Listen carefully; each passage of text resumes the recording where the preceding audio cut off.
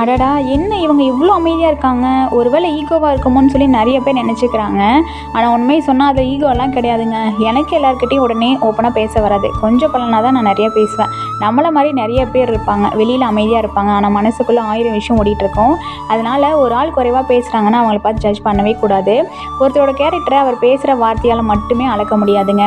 எல்லாரும் அதிகமாக பேசணும்னு அவசியமே இல்லை. சில பேர் கேட்கறது பிடிக்கும், சில பேர் யோசிச்சு தான் பேசுவாங்க, சில பேர் கூட்டத்தில் கம்ஃபர்ட்டாக இருக்காது. அமைதியாக இருக்கிறது ஈகோ இல்லை, அது அவரோட கேரக்டர்.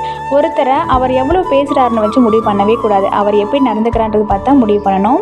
அடுத்த தடவை யாராவது அமைதியாக இருந்தால் ஈகோன்னு லேபிள் போடுறதுக்கு முன்னாடி அவரை கொஞ்சம் புரிஞ்சுக்க ட்ரை பண்ணணும். அதே மாதிரி சில பேருக்கு ஃபஸ்ட் மீட்லேயே நான் ஸ்டாப்பாக பேச வரும். சில பேருக்கு கொஞ்சம் டைம் எடுத்து தாங்க கம்ஃபர்டபுளாக பேச முடியும். நானும் அப்படி தான் பழகிட்டேன்னா இவ எப்போ ஸ்டாப் பண்ணுவான்னு நீங்களே கேட்பீங்க. அதனால் ஒரு ஆள் குறைவாக பேசினாங்கன்னா அவங்க ஈகோ, ஆட்டிடியூட், சீனு லேபிள் ஒட்டாதீங்க. நீங்கள் இந்த மாதிரி எப்பயாச்சும் ஃபேஸ் பண்ணிக்கிறீங்களான்னு சொல்லிட்டு மறக்காமல் கமெண்ட் பண்ணுங்கள். தேங்க்ஸ் ஃபார் வாட்சிங்.